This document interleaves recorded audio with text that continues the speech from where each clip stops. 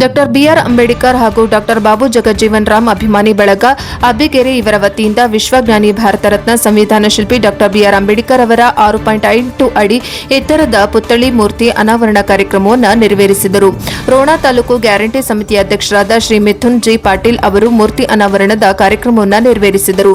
ಕಾರ್ಯಕ್ರಮದ ದಿವ್ಯ ಸಾನ್ನಿಧ್ಯವನ್ನು ಪರಮಪೂಜ್ಯ ಶ್ರೀ ಶಿವಕುಮಾರ್ ಮಹಾಸ್ವಾಮಿಗಳು, ಶ್ರೀ ನಂದಿವೇರಿ ಮಠ ಕಪ್ಪತ್ತುಗುಡ್ಡ ಸಂಸ್ಥಾನ ಮಠ ದೋಣಿ ಗದಗ ಸಮ್ಮುಖವನ್ನ ಪರಮಪೂಜ್ಯ ಶ್ರೀ ಬಸವರಾಜ ಶರಣರು ಯಲ್ಲಲಿಂಗೇಶ್ವರ ಮಠ ಅಬ್ಬಿಗೆರೆ ಇವರು ವಹಿಸಿದ್ದು, ಸಮಾರಂಭದ ಅಧ್ಯಕ್ಷತೆಯನ್ನು ಡಾಕ್ಟರ್ ಆರ್.ಬಿ. ಬಸವರೆಡ್ಡಿ ಹಾಗೂ ಶ್ರೀ ಸುರೇಶ್ ನಾಯಕರ ಪ್ರಗತಿಪರ ಚಿಂತಕರು ಅಬ್ಬಿಗೆರೆ ಇವರು ಅಧ್ಯಕ್ಷತೆ ವಹಿಸಿದ್ದರು. ಮುಖ್ಯ ಅತಿಥಿಗಳಾಗಿ ಭೀಮಸಿ ಮಲ್ಲಾಪುರ, ದುರ್ಗಪ್ಪ ಹರಿಜನ, ಮೈಲಾರಪ್ಪ ಚಣಮರದ, ಮೋಹನ್ ಅಲ್ಮೆಲ್ಕರ್, ಎಸ್ಎನ್ ಬಳ್ಳಾರಿ, ಬಸವರಾಜ್ ಕಡೆಮನಿ, ಆನಂದ ಸಿಂಗಾಡಿ, ಎಸ್ಎಸ್ ಜೋಗಣ್ಣವರ್, ಶರಣಪ್ಪ ಪೂಜಾರ್, ವಿಎಸ್ ಹರೇದಾರ್, ಪ್ರಕಾಶ್ ಭಜಂತ್ರಿ, ಮುತ್ತು ಬಿಳಿಯಲಿ, ಖಾದೀರ್ ಸಾಬ್, ಸುರೇಶ್ ಶಿರೋಳ, ಸಂಜಯ್ ದೊಡ್ಮನಿ, ಕೊಳ್ಳಪ್ಪನವರ್, ಎಸ್ಡಿ ಪೂಜಾರ್, ಸೋಮು ನಾಗರಾಜ್, ಮರಿಯಪ್ಪ ಪೂಜಾರ್, ಜಗದೀಶ್ ಅವರೆಡ್ಡಿ,